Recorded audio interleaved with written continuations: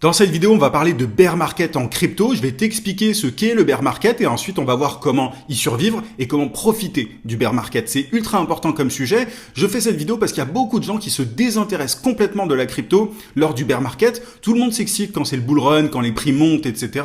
Mais tout le monde, enfin pas tout le monde, mais beaucoup de gens désertent la crypto quand ça se casse la gueule. Le truc, c'est que c'est un moment qui est ultra important pour construire sa liberté financière, le bear market. Moi, mes gains ont été faits lors du bear market. C'est-à-dire que c'est grâce aux décisions que j'ai prises lors du bear market que j'ai pu ensuite accumuler des cryptos et gagner de l'argent. Donc c'est ultra important comme sujet. Je t'invite à regarder cette vidéo jusqu'à la fin. Juste avant, je t'invite à mettre un petit pouce sous la vidéo pour me soutenir, pour me montrer que ce genre de sujet t'intéresse. Abonne-toi également à la chaîne si c'est pas déjà fait, si tu aimes le contenu sur la crypto sans bullshit pour construire ta liberté financière. Tu as aussi des liens en description si tu veux creuser le sujet, si tu veux aller encore plus loin. Je t'invite à les explorer une fois que tu auras regardé cette vidéo. Et dernière chose, je ne suis pas conseiller en investissement. Fais tes propres recherches. Cette vidéo est faite à des fins pédagogiques, d'éducation, mais il faut se former avant d'investir et tout investissement comporte des risques, notamment en crypto, tu peux perdre tout ton argent si tu fais n'importe quoi. Donc prends tes responsabilités, fais tes propres choix, réfléchis, ne fais pas n'importe quoi et n'écoute pas les saltimbanques d'internet dont je fais partie, tu es responsable de toi.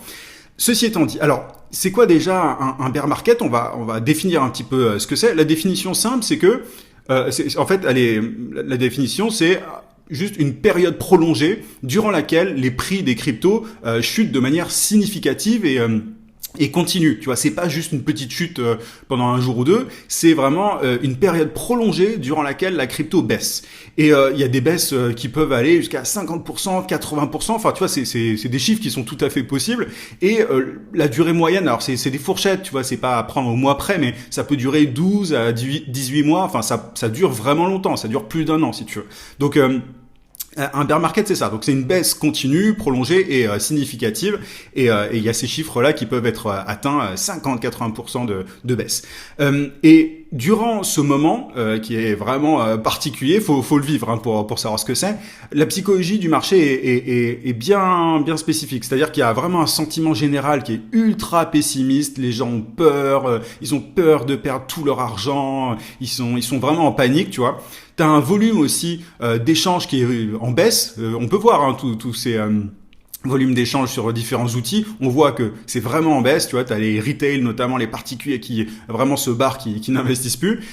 Et t'as moins d'intérêt médiatique aussi. Tu vois plus parler de crypto dans les grands médias, comme c'est le cas par exemple lors du bull run. T'as beaucoup de médias qui parlent plus du tout de crypto.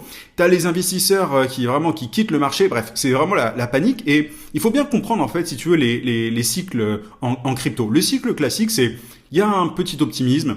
Ensuite, il y a une euphorie, tu vois, c'est le bull run, c'est l'euphorie. Ensuite, ça se casse la gueule, c'est la panique. Ensuite, les gens tu vois, c'est un peu la dépression. C'est vraiment, ça monte plus, c'est ultra bas, etc. Et ensuite, il y a une reprise. Et ainsi de suite. De l'optimisme. Ensuite, l'euphorie, etc. C'est ultra cyclique, la crypto. C'est vraiment un truc à comprendre. Et un petit rappel historique pour que tu mettes les choses vraiment en perspective. Lors du bear market en 2018, il y a eu vraiment une explosion de différents projets. C'est vraiment, c'est une période charnière, notamment pour la finance décentralisée. Tu as eu vraiment les fondations qui ont été posées, tu vois, en finance décentralisée lors du bear market de 2018 et je pourrais parler aussi du bear market de 2022-2023. Il y a une véritable purge, mais c'est aussi un moment où certains écosystèmes comme Solana ont pu être, tu vois, qui ont pu être consolidés. Il y a vraiment une consolidation de certains écosystèmes. Donc c'est pas un moment où il ne se passe rien dans la crypto, où tout est terminé, etc. Tu vois, il faut vraiment comprendre ces histoires de cycles et comprendre que le bear market c'est un moment qui est ultra stratégique et encore une fois, tes gains, et on va en parler, tes gains potentiels vont se jouer lors du bear market, en grande partie en tout cas. Alors, il y a différentes erreurs qui sont faites lors du bear market. L'une des erreurs, c'est de vendre en fait lors du bear market vraiment au pire moment pour couper les pertes. Tu vois, t'as des gens en fait, ce qui se passe très souvent, c'est qu'il y a le bull run, t'as vraiment une montée des cryptos, etc. Et ensuite, il va y avoir une baisse, puis une baisse, puis une baisse, et il y a des gens qui n'auront pas pris de profit en amont et qui vont se dire ah merde, c'est en train de se casser la gueule, il faut que je vende maintenant pour éviter les pertes. Et en fait, ils vendent vraiment au pire moment, ils perdent de l'argent. Il y a aussi une grosse erreur, c'est d'utiliser l'effet de levier pour se refaire rapidement. Il y a des gens qui se disent j'ai perdu pas mal d'argent à cause de ce bear market. Bon, je vais me refaire, je vais utiliser des effets de levier. Le problème avec ça, c'est qu'ils perdent encore plus d'argent souvent. Il y en a qui arrêtent complètement d'apprendre aussi lors du bear market et qui décrochent du marché. Encore une fois, et je vais le répéter, c'est là que ça joue. Moi, c'est comme ça que j'ai pu faire mes plus gros gains. C'est en prenant des décisions importantes lors du bear market. Il s'agit pas de, en fait, c'est un super moment, notamment, je vais en reparler, mais pour se former, tu vois, pour s'intéresser à la crypto, le bear market. C'est parce que comme ça, tu peux profiter, tu peux tirer pleinement profit du bull run. Donc, il faut pas, pour moi, il faut pas arrêter d'apprendre, tu vois, et décrocher de la crypto juste parce que les cryptos se cassent la gueule. Pas du tout, au contraire.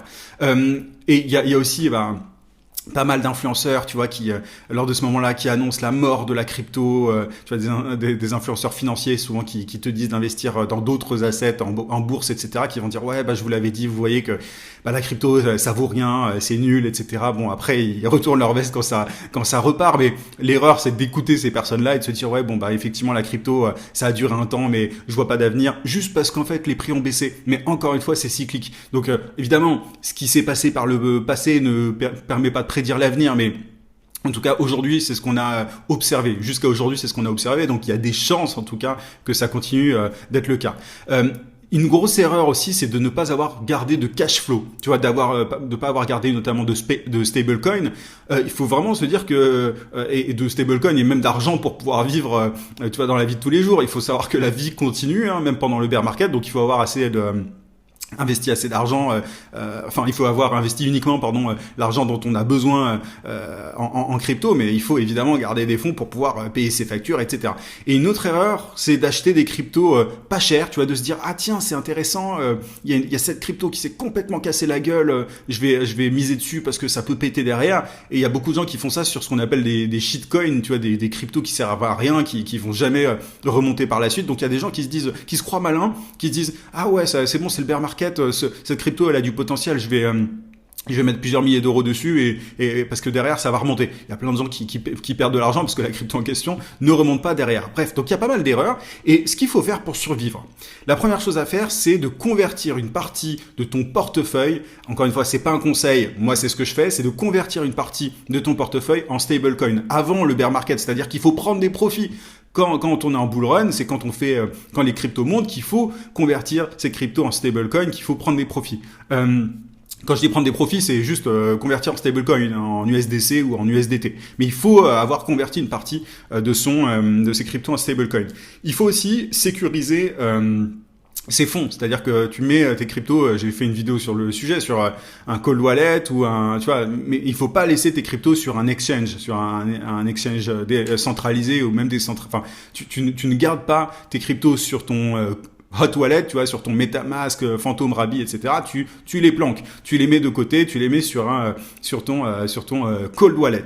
Il faut aussi, et encore une fois, je l'ai déjà évoqué précédemment, mais je vais le répéter, c'est là qu'il faut se former sérieusement, c'est là qu'il faut apprendre. C'est pour ça que je fais notamment cette vidéo. Le but, c'est d'aider à se former sur le sujet de la crypto pour pouvoir tirer profit par la suite. C'est le moment où tu as le temps, où t'es pas dans l'urgence ou quoi que ce soit pour apprendre, pour te former sur le sujet. Il faut aussi suivre les bons projets, mais en fait c'est un bon moment pour suivre certains projets sans FOMO, sans peur, sans urgence en fait, et avoir une vision long terme. C'est-à-dire que là tu peux commencer à t'intéresser à des cryptos, à regarder comment est-ce qu'elle fonctionne, pour savoir en fait par la suite sur quoi tu vas investir notamment. Et c'est un bon moment, évidemment, le bear market pour continuer d'accumuler, soit en DCA, tu vois, en dollar cost averaging, tu peux tout à fait investir une petite somme ou une grosse somme, peu importe, mais chaque mois, si tu le souhaites, durant le bear market, sur des actifs sur lesquels tu as une certaine conviction, sur lesquels tu penses qu'il va y avoir une montée par la suite. Mais voilà, le bear market, c'est pas du tout un moment où il faut rien faire. Moi, j'ai encore une fois énormément acheté en bear market et derrière, ça a payé. Donc, tu vois, il faut pas non plus se dire que tout est mort durant ce moment-là. Alors, comment profiter de la baisse? Là, je t'ai expliqué comment survivre, en gros, au bear market, mais comment profiter de la baisse? Alors, je l'ai un peu évoqué, mais l'idée, c'est d'accumuler de façon stratégique. Tu vois, c'est un bon moment pour acheter des blue chips, du Bitcoin, de l'Ethereum, du Solana, peu importe ce que tu veux. Encore une fois, tu achètes ce que tu veux, tu fais tes propres recherches. Mais moi, c'est durant ce moment-là, notamment, que j'ai acheté beaucoup de Bitcoin lors du dernier bear market, aussi beaucoup d'Ethereum. Et ça m'a permis de faire de jolies plus-values. C'est un moment aussi où tu peux faire travailler tes cryptos. Tu peux faire ce qu'on appelle du staking, du lending, tu peux faire du yield farming aussi. J'ai déjà fait des vidéos sur le sujet. En fait, tu peux faire travailler les assets que tu as. Tu vois, si tu as des stablecoins, tu peux tout à fait les faire travailler et générer des revenus passifs grâce à ces stablecoins. C'est un moment où il faut analyser les signaux faibles aussi pour voir pour essayer d'évaluer quels sont les projets qui innovent, qui continuent d'avancer et tout, malgré le silence, notamment médiatique. Il y a plein de projets qui naissent lors du bear market et qui ensuite pètent. Donc c'est aussi un bon moment pour ça et c'est ce qui te permet de profiter de la baisse, tu vois. Et l'idée, évidemment, lors du bear market, c'est de construire ton plan d'investissement pour le bull run suivant. Faut toujours avoir un coup d'avance. C'est pas quand il y a le bull run qu'il faut commencer à y penser. C'est durant le bear market. Donc tu peux te demander, ok, sur quel les assets je vais investir, quels sont les secteurs, est-ce que je vais miser plutôt sur les crypto IA, les real world assets, enfin tu vois, il y a tout un tas de secteurs différents dans la crypto, et là tu peux faire tes recherches, tu peux savoir sur quoi tu vas miser entre guillemets, et ensuite tu peux aussi choisir la répartition de tes cryptos. Combien tu vois, alors normalement il faut avoir tu vois une stratégie en amont, hein, quand tu es investisseur en crypto, il faut comprendre quelle est ton allocation dans ton portefeuille, etc. Mais si tu démarres, c'est le bon moment pour te demander, ok, quelle est ma part de Bitcoin, d'Ethereum, de mid cap, de small caps, etc. Tu vois, et de stablecoin. C'est vraiment un moment qui est parfait pour ça. Et ce qu'il faut comprendre en fait, c'est que au niveau mindset, tu vois, au niveau état d'esprit et psychologie, c'est qu'il faut voir long terme. En fait, le bear market, c'est une épreuve mentale d'une certaine manière. C'est ce qui permet un petit peu de nettoyer le marché. C'est-à-dire que les gens qui sont là pas sur le long terme, qui sont là juste pour faire des coups, ils se font dégager, tu vois, grâce au bear market.